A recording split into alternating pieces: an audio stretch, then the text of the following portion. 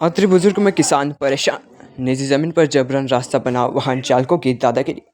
ग्राम आतरी बुजुर्ग तहसील मनासा में किसान के साथ अन्याय हो रहा है। हमीद मोहम्मद पिंजारा के पुत्र ने शिकायत दर्ज कराई है कि उनकी निजी जमीन पर जबरन रास्ता बना दिया गया है, जिसका उपयोग बीटीएल कंपनी के भारी वाहन कर रहे हैं। किसान ने मांग की है कि राजस्व नक्शे के अनुसार रास्ता निकाला जाए और उनकी ज़मीन उन्हें लौटाई जाए। उन्होंने प्रशासन से निवेदन किया है कि इस मामले में त्वरित कार्रवाई की जाए, अन्यथा वह अपनी ज़मीन की सुरक्षा हेतु स्वयं रास्ता बंद करने के लिए बाध्य होगा।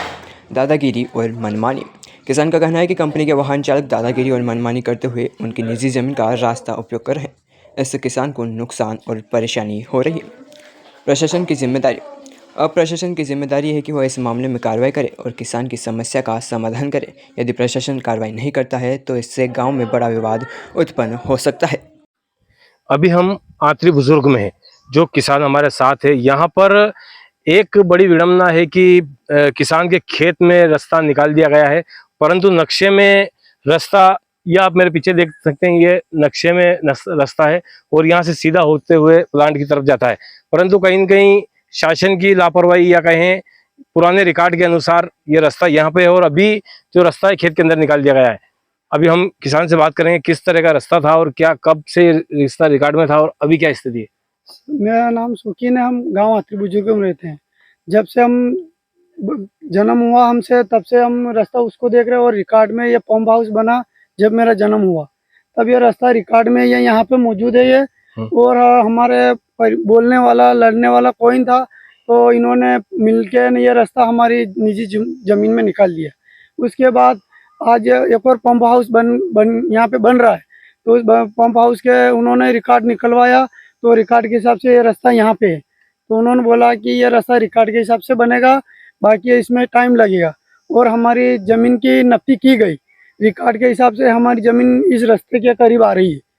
अभी आपकी जमीन का कितना नुकसान हो रहा है इस रास्ते के कारण? कितनी जमीन में आप पैदावारी नहीं कर पा रहे हैं? इस रास्ते के हिसाब से हम भी कम से कम 25 सारी ज़मीन इस रास्ते में हमारी ख़त्म हो गई।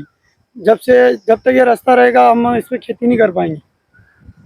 किसान करीबन 1 बीघे से ऊपर जमीन पर उपज नहीं बो पाया है, सिर्फ इसलिए कि रास्ता रिकॉर्ड के अनुसार इधर है और खेत में निकाल दिया गया है। अब प्रशासन कब हरकत में आता है और कब इनको सही जगह रास्ता दिया जाता है, उसके बाद इनकी सिंचाई हो सकती है या पैदावार हो सकती है।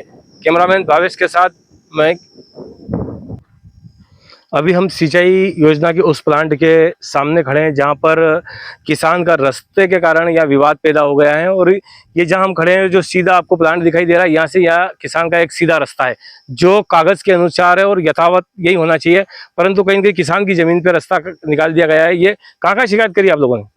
मरनासा करी जी, थाने में करी, एसडीएम साहब के वहाँ करी और तहसीलदार साहब के वहाँ हमारा चल रहा है जमीन का विवाद। और कल मंगलवार के दिन हम कलेक्टर साहब के वहाँ भी आवेदन दे के आए कि 6 दिन के अंदर ही रास्ता हटा लिया जाए, वरना हम इसको खोद के फेंक देंगे। इसका जिम्मेदार फिर शासन रहेगा। हमसे कोई आके नहीं कहे कि तुमने बिना इजाज़त के, बिना परमिशन के कि तुमने ये रास्ता खोद दिया। कहीं न कहीं किसान काफ़ी समय से परेशान है और सब जगह अपनी गुहार लगा चुका है। कलेक्टर के यहाँ जनसुनवाई में गुहार लगा चुका है, मनासा में गुहार लगा चुका है, हर जगह अपना यथा स्थान पर शिकायत कर चुका है। परंतु किसान की कहीं न कहीं 1 बीघा जमीन के ऊपर अभी भी खेती नहीं कर पाना एक बड़ा सवाल या निशान खड़ा होता है। और अब देखने वाली बात है कि ये रास्ता कब खुल पाता है या रास्ता कब बनता है और किसान को कब अपनी जमीन मिलती है। कैमरामैन भावेश के साथ जय एक्सप्रेस से हरी शहीर।